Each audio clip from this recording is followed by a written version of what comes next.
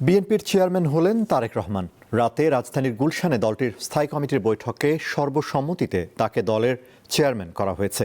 তারেক রহমান দীর্ঘদিন ধরে বিএনপির ভারপ্রাপ্ত চেয়ারম্যান হিসেবে দায়িত্ব পালন করছিলেন। সম্প্রতি বিএনপি চেয়ারপারসন খালেদা জিয়ার মৃত্যুতে দলটির শীর্ষ পদ শূন্য হয়।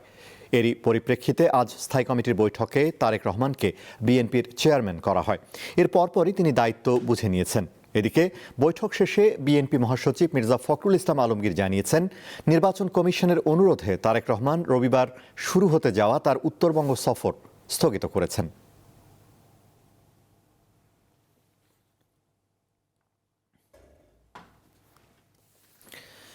দর্শক, বিএনপির স্থায়ী কমিটির বৈঠক কভার করেছেন সহকর্মী দিলশাদ অ্যানি। তিনি যোগ দিচ্ছেন আরও তথ্য নিয়ে।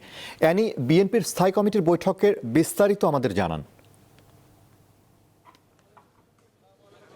জি, আজকে সন্ধ্যা না, রাত 9:30টার থেকে কিন্তু জরুরি একটি বৈঠক ডেকেছিল, যেটি আগে থেকেই কোনো বৈঠকের কোনো সময়সূচি ছিল না, কোনো এজেন্ডাও ছিল না। হঠাৎ করেই জরুরি বৈঠকটি ডাকা হয় এবং গুলশানের যে চেয়ারপারসনের কার্যালয়, বিএনপির চেয়ারপারসনের যে কার্যালয়, সেখানেই 9:30 থেকে বৈঠক অনুষ্ঠিত হয়েছে।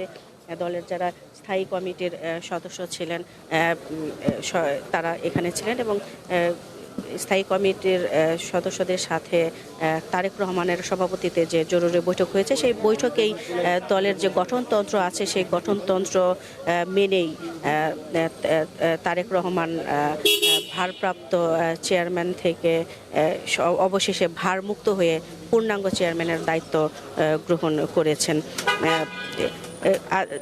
বৈঠকের পরে 9:30 থেকে প্রায় ঘণ্টাব্যাপী বৈঠক হয়েছে। বৈঠক শেষে দলের মহাসচিব মির্জা ফখরুল ইসলাম আলমগীর ব্রিফ করেছেন এবং ব্রিফিংয়ে আমাদেরকে জানিয়েছেন যে এই বৈঠকের দলের যে সর্বোচ্চ নীতি নির্ধারণী পর্যায়ে আছে, সেখান থেকেই তারেক রহমানকে চেয়ারম্যান নির্বাচিত করার সিদ্ধান্ত নেওয়া হয়েছে। এর আগেও কিন্তু আমরা দেখেছি যে এর আগের একটি মতবিনিময় সভায় আভাস দেওয়া হয়েছিল অনেকটাই যে শিগগিরই তারেক রহমানকে দলের চেয়ারম্যান হিসেবে ঘোষণা করা হবে। মূলত চেয়ারপারসনের পদ শূন্য হওয়ায় কিন্তু এই সিদ্ধান্তটা দেওয়া হয়েছে। 2018 সালে বিএনপি চেয়ারপারসন খালেদা জিয়া কারাগারে যখন যান, সেই সময় তারেক রহমানকে ভারপ্রাপ্ত চেয়ারম্যান করা হয়। আর সম্প্রতি গত 30 ডিসেম্বর খালেদা জিয়ার ইন্তেকালের পর বিএনপির চেয়ারপারসনের পদটি শূন্য হয়ে পড়ে।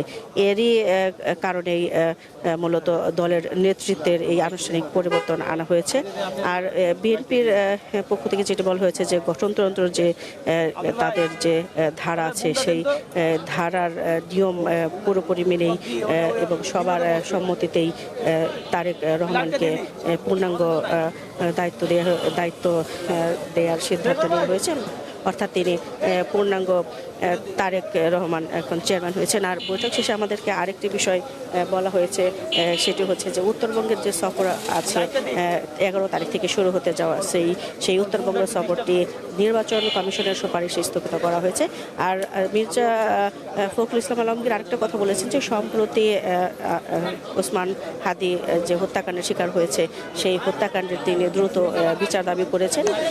আর বলেছেন নির্বাচন কমিশনের প্রতিও আহ্বান জানিয়েছেন, বর্তমান সরকারের প্রতিও আহ্বান জানিয়েছেন যাতে নির্বাচনের আগে আইনশৃঙ্খলা পরিস্থিতি আরও উন্নতি হয় আর কারোর সাথে যেন এই ধরনের আর ঘটনা না ঘটে, সেদিকে নজর দেওয়ার আহ্বান জানিয়েছেন মির্জা ফখরুল ইসলাম আলমগীর। তো এই ছিল সর্বশেষ তথ্য। অ্যানি, আপনাকে ধন্যবাদ। বিএনপির স্থায়ী কমিটির বৈঠকের খবর জানাচ্ছিলেন সহকর্মী দিলশাদ অ্যানি।